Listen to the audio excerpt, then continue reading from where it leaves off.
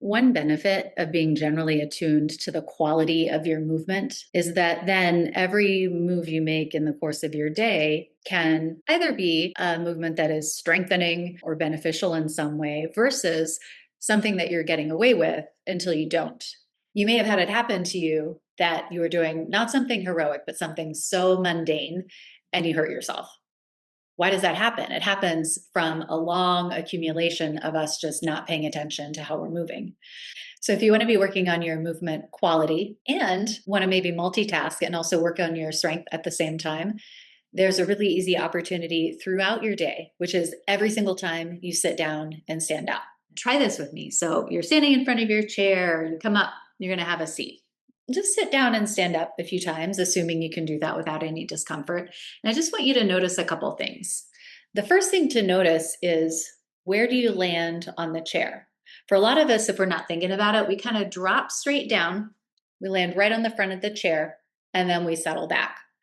If we land right on the front of the chair, the way that we got here is that our knees went forward, forward, forward, and probably a little bit toward each other. So there's kind of a collapse happening in the legs that's putting a lot of stress on the knees over time. And regardless of where you land your seat on the chair, there's probably another component of we're in control for a little while, and at a certain point, we drop. And what I've noticed with people that I've worked with over a number of years is that that drop over time starts happening sooner and sooner and sooner and from higher up.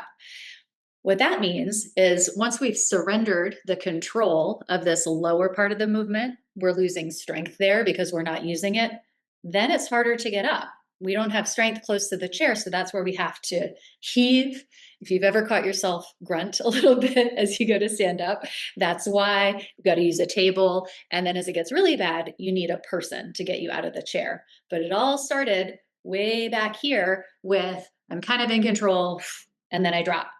So the first best thing you can do is be in control all the way down. And instead of landing on the front of the chair, imagine that you're trying to get your tailbone to the very back of the seat of the chair, right in that right angle. Because what that's going to do also is pull the strain out of the knees, and it's going to put the effort and support into the glutes and the hamstrings, where we would all like to be a little bit stronger. So the more you're able to stick it back there, reach to the back of the chair, stay in total control, no drop, land lightly, then gradually settle in. Then you're going to also have that strength and control to come out in the same exact way.